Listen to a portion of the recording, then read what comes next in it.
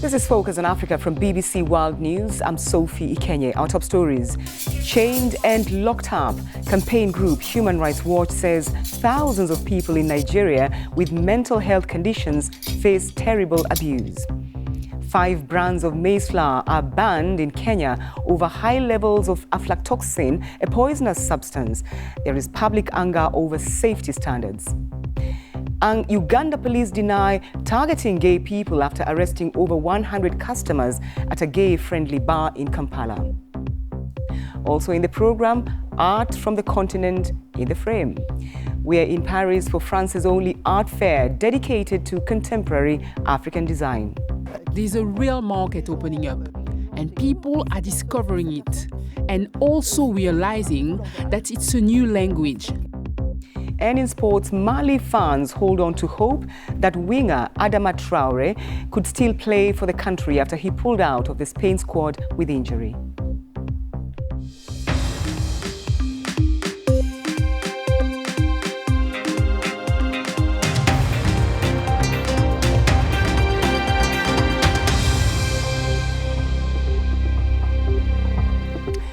Thanks for joining us on Focus on Africa from BBC World News. In the past month, we've covered extensively the issue of institutions in Nigeria where patients are chained and subjected to inhumane treatment.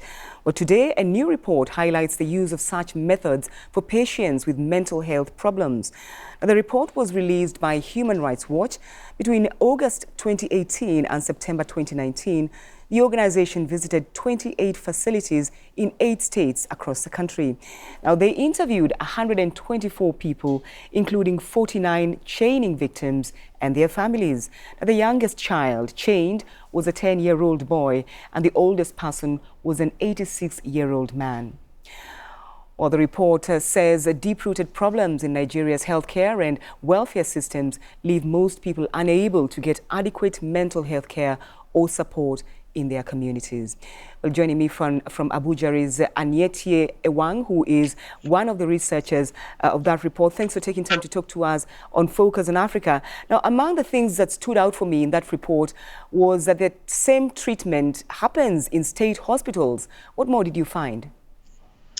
Just like you said, it was very concerning to find that a lot of what we documented was the same, regardless of whether or not it was a government-run institution like a psychiatric hospital or a rehabilitation center, or if it was a religious setting or some Islamic detention center, as the government has come to identify them as.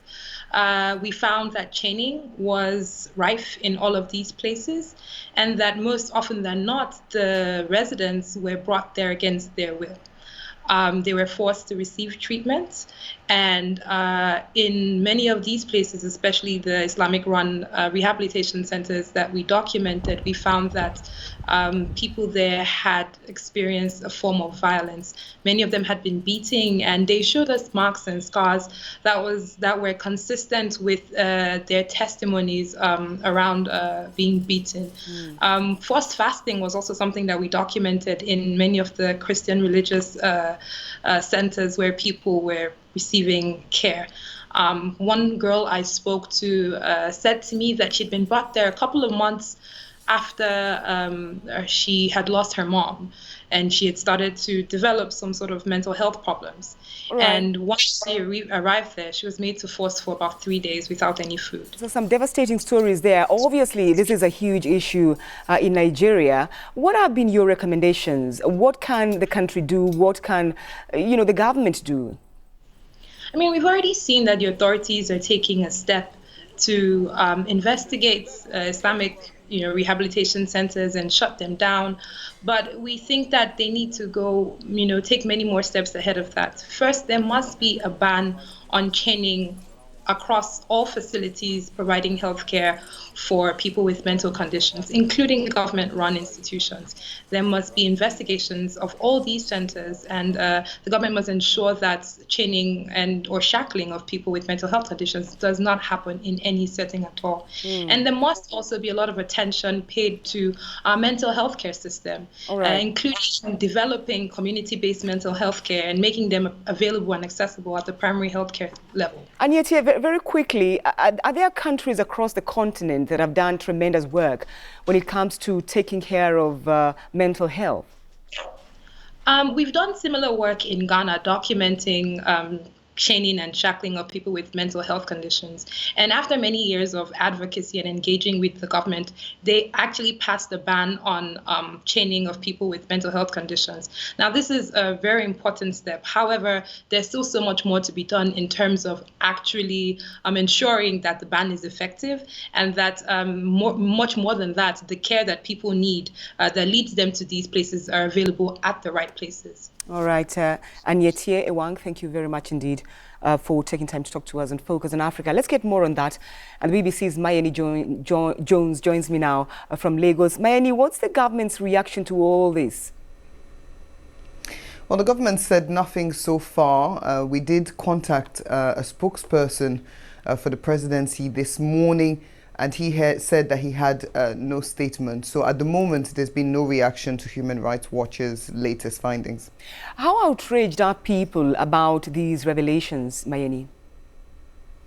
Well, as you said in your introduction, and as Anyete referred to just now, the government has been quite proactive. Authorities here have been closing down rehabilitation centers right across the country over the last 6 weeks. They've closed down 7 so far, and people have been outraged at hearing some of the testimonies coming out of them. But there's also in some quarters people who say they're not surprised, particularly analysts who've spoken to from northern Nigeria say that this type of treatment is common practice in that part of the country, that many people are aware that this is happening, but they feel that this is the price to pay because these rehabilitation centers not only take care of people with mental health issues, but also people who are addicted to drugs. So in those instances, people feel that that treatment is justified to get people addicted to drugs back on the straight and narrow.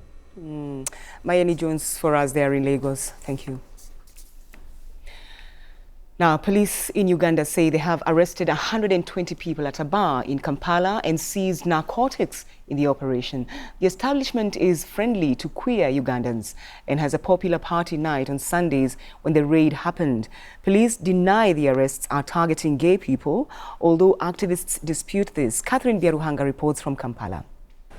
The raid on these premises began just after midnight when the police came through the gates and rounded up the revelers who were here.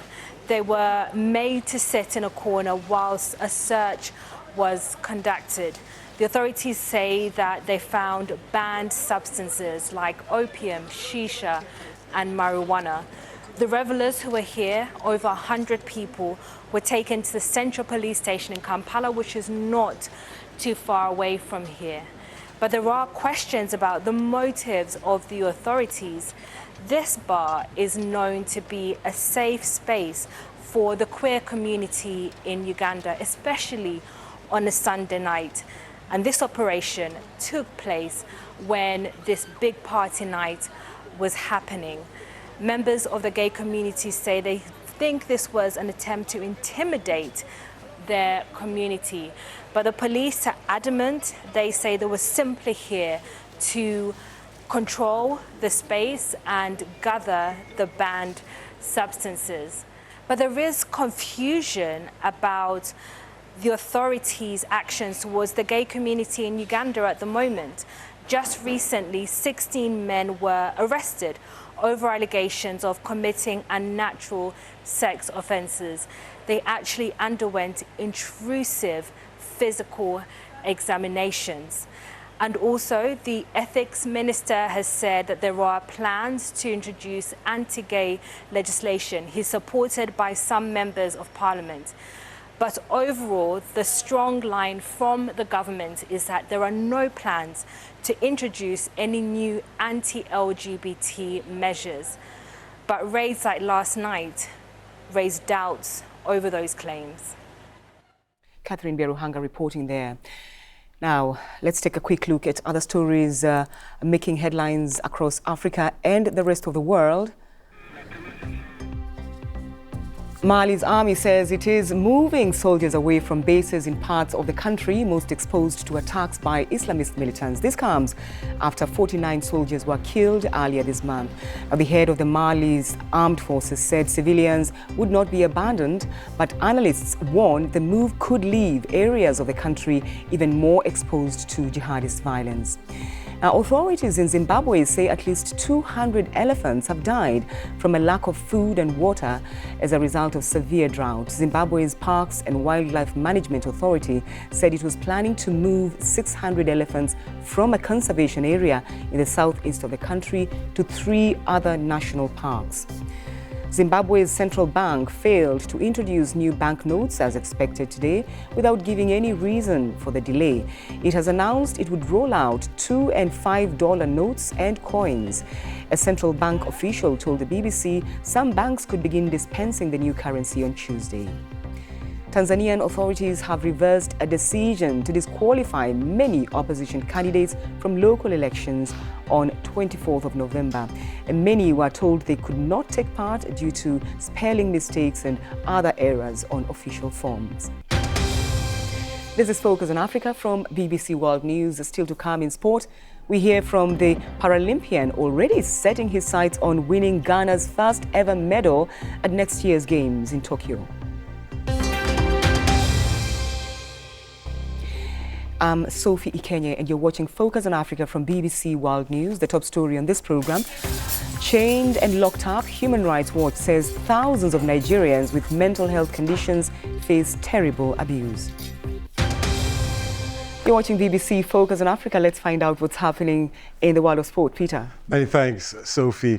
Now, Adama Traore's international future remains open. It was thought that Mali had missed out on the Wolves winger after he was selected by the Spanish national team.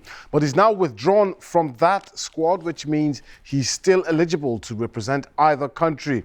His Wolves side beat Aston Villa 2-1 on Sunday. Manchester United were 3-1 winners over Brighton. Meanwhile, Yassine Brahimi has been dropped by Algeria coach Jamel Belmadi for defending champions 2021 Africa Cup of Nations qualifiers with Zambia on the 14th of November in Blida, and then away to Botswana 4 days later. Brahimi's omission is one of 6 changes to the squad that defeated Colombia 3-0 in Lille last month in Algeria's first friendly in France after 11 years. Nigeria have emerged as favourites to host the first FIFA Under-20 Women's World Cup in Africa.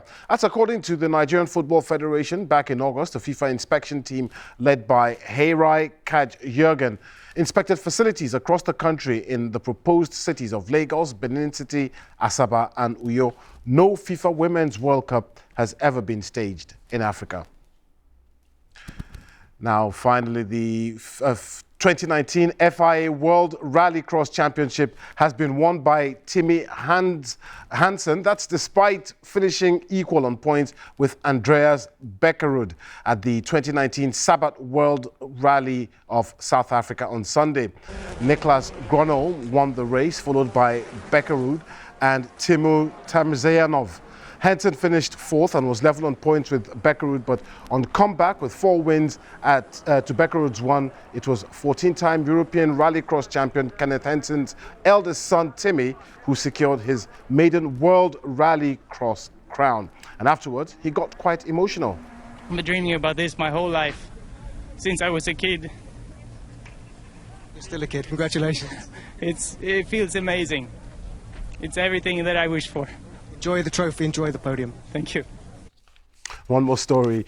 Now, as the World Para-Athletics Championships enters its second week in Dubai, Africa's #1 rated wheelchair sprinter Raphael Botsio Nkegbe is already setting his sights on winning Ghana's first ever Paralympic medal at next year's Games in Tokyo. He's been speaking to the BBC. When I'm on the track and I hear the starter pistol, I feel like I am carrying the hopes of almost 5 million disabled Ghanaians. I am their hero, the one they are looking up to. That is my motivation. My name is Raphael Botsio Nkegbe. I am the most experienced para-athlete in Ghana. I'm currently Africa #1. I'm ranking 6th in the world among 115 athletes. God willing, next year I'm making my 4th time Paralympic in the history of Ghana. Paralympic is like a dream for any para-athlete in the world. It's like a football. Every player wants to be in the World Cup. It's the same. That is our World Cup. As a child, I always be the first to wake up on bed. But on that fateful day, I was the last to wake up. So my parents rushed to check on what is happening. And they raised me on my feet. I couldn't stand on my feet. So they rushed me to hospital. And the doctors confirmed I got a polio. I joined an organization called GSPD, Ghana Society of Physical Disabled. And they said they do sports. So one day I decided to join their training ground. They were discussing about how you can do sports to international level. I laughed because you need your legs to do sports. So I was asking myself, how can you do sports without your legs? It was one of my funny moments. My first Paralympics was Athens 2004. It was like a dream for me. I couldn't win anything in Athens, but making it to represent my nation was enough for me. Tokyo 2020, the 4th time Paralympics for me, will be a historic because I'm looking forward to win Ghana's first ever Paralympic medal. I've done it 3 times, but I haven't got that medal yet. So I'm looking forward for next year, making that dream reality. Go get them! Good luck to him. What a great story. Sophie, that's your sports. A really great story indeed. Thank you, Peter. Thank you. Now, Kenyans are talking about a ban that was imposed on 5 brands of maize flour because of contaminated high levels of a poisonous substance known as aflatoxin. Now, it comes as a local television station investigation revealed how lax policies have allowed food with high levels of aflatoxin to be sold. The brands Dola, Kifaru, Starehe, Jembe and 210 have been told to stop production and to recall products from supermarket shelves. Aflatoxin, which is produced by fungi, is carcinogenic, meaning it can cause cancer. The potential impact is not yet fully known, but it could be widespread, given that maize is a main ingredient of ugali, that's a staple food in Kenya, and other parts of Eastern Africa. And the findings have sparked outrage from the public over safety standards in the country. The hashtag White Alert is trending on Twitter, with many Kenyans calling for the arrest of government officials charged with enforcing food safety standards. Well, let's talk to Dr. Felista Makini, Deputy Director General of Crops at the Kenya Agricultural and Livestock Research Institute. Thanks for taking time to talk to us and Focus on Africa. There's a lot of heat being directed at the Kenya Bureau of Standards. Is it really possible for such products to, hit the shelves without their knowledge? Well, you see, that is their mandate to do market surveillance, which is what they did in their normal duties, to be able to find out whether the standards were being met in terms of the food safety. So it is possible, as you can see now, that it has been possible. It hit the shelves. But also the millers are supposed to be checking the food safety as well. And that's where now I come in with the question about farmers and whether they have control measures, both pre and post harvest, whether that happens in the country. Yes, we have Aflasafe. Aflasafe is a product which is also a fungus, but does not produce the toxins. And so when applied, it outcompetes the fungus, the fungi that cause the toxin. So that Aflasafe there is a manufacturing plant producing this, and the government actually has been buying this, and farmers have been using. So then what could have gone wrong if we have these levels of aflatoxin, then if the chemical you're talking about is being applied? Well, it's not yet widely applied, and that is why we are saying that now the farmers growing maize should be able to apply it, and more promotions, maybe even added policies where the government can enforce it and say, especially in the hotspots, that they shouldn't grow maize unless they apply aflasef. How difficult is it to eliminate aflatoxin once it's produced? You can't eliminate it once it is in the maize. You can only stop its getting into the maize or the crop. So you can't eliminate it once it is in the food, that is. Are farmers aware, though, about the chemicals you're talking about, the preventative chemicals? Are farmers aware of this? About are they aware of the aflatoxin or the aflasef? The aflacid. Aflasef, we are promoting it, and maybe not all farmers have that knowledge, but we are promoting it even through counties so that they can be able to adopt it, and so that more farmers can use it. Let's talk briefly about the impact of this aflatoxin on the human being. What is it that people should be looking out for, and is it that dangerous enough for people to get cancer? The problem with the aflatoxin, it is tasteless, does no smell. You can't look at the maize and say the maize has it or it doesn't have it, because even some colored maize may not have the aflatoxin. So it is difficult to tell by looking at it. It has to be tested through the lab. And the levels of the aflatoxin, the maximum which should be consumed is about 10 micrograms. Maybe we can say micrograms per 1 kilogram of maize. Right. That is the highest we can go. Beyond that, it is unacceptable. Okay, yes. Okay. Dr. Felista McKinney, thank you very much indeed for taking time to talk to us on the program. Thank you. Now, the 4th edition of the AKAA, also known as Africa, drew crowds in Paris over the last 3 days. A bold showcase of African creativity on display for all to celebrate. Over 100 artists from across the continent are showcasing their designs at this year's also known as Africa, or AKKA, Art Fair. Using a range of tools and techniques, each artist has their own story to tell from the continent. I want the painting to be revolutionary. I want it to be something that is from the present, but it projects on the future. So the machete is there, the katana is there to say that we want to project something into the future. The international appeal of African art is evident in major cities like London and New York. Top auction houses like Bonham's have reported a 10-fold increase in the value of African art. There's a real market opening up.